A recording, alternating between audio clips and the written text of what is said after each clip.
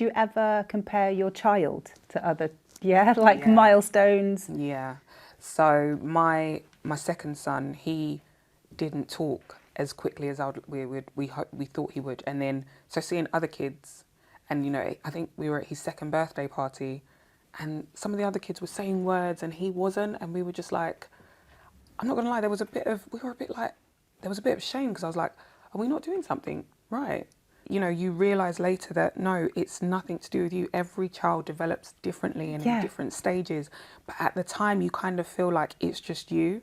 Only your child is doing this, and it's got to be your fault. And you realise after it's nothing to do with that. There's nothing wrong with your child. I so wish I had someone tell me that sooner, because it would have taken away the shame that I felt. Dr. Ori, why do we have this need to compare ourselves? So comparing myself to another mum or comparing my child to another child, where does it come from? I think it comes from that need to connect, that need to feel like you have a sense of belonging with the people around you. And that is a very deep human need that, most people, I would say, have. So I think in a way you want to have that sense of like sameness, or people that, resonate with you or you can relate to, so you don't feel alone, because feeling alone or feeling isolated is actually quite a painful position to be in. But I think it's also because we live in a society where comparison has become the norm. It's really, everybody's kind of showing off what they're doing with their lives, and so it's become a societal norm, but also it speaks to, I think, a social need that we all have. And can it ever be useful, this comparing yourself to someone else? Like when you've got the markers of by 3 months postpartum you're doing this, and at 6 months your baby should be doing this? Or does it just isolate us all if your child doesn't hit those markers? So I think it's helpful if they're seen as parameters, flexible parameters, not concrete, fixed, this is how it needs to be.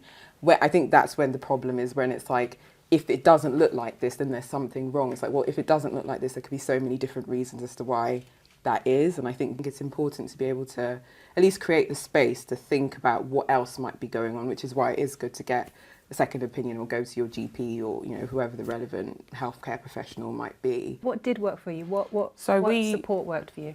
When he eventually started school, we had an amazing head teacher who recommended that we go and see the paediatrician. If you have any concerns, don't keep it to yourself. And why do you think we do? Shame. For me, it was shame. It's the guilt, isn't it? It's the shame and guilt. How can I think about this of my child? And have I done something wrong? And am I not a good... Yeah, definitely. I just want to say to people, like, seriously, please don't just release yourself from it. It's Honestly, okay. It is okay. It is so okay. And I say that, I know it might be easy to say because, my son now, he's 12 now, but I just want to say to someone, like, please, like, go and talk to someone. And that could have been to another mum, to a friend, to a sister, to your family, to a medical professional, but say something to someone. So always, do not keep it to yourself, because the longer you keep it to yourself, those thoughts begin to build, and ultimately they turn into like lies, because you'll convince yourself that something's wrong. Whereas if you just voiced it out, spoke to a professional, spoke to a friend and said, they're probably going to half that thing and reassure you. And, it's safer when it's out in the open. So Dr. Ori, if you do find yourself having feelings and it just feels too overwhelming, what would you suggest?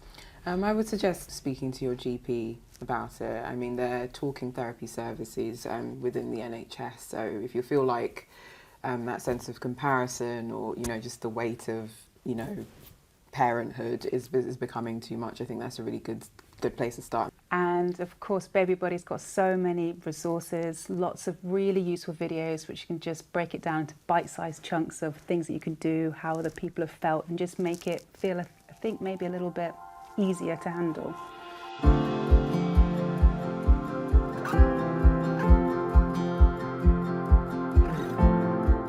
If you're feeling overwhelmed or unable to cope, text Baby Buddy, all as one word, to 85258 for free anonymous text support at any time.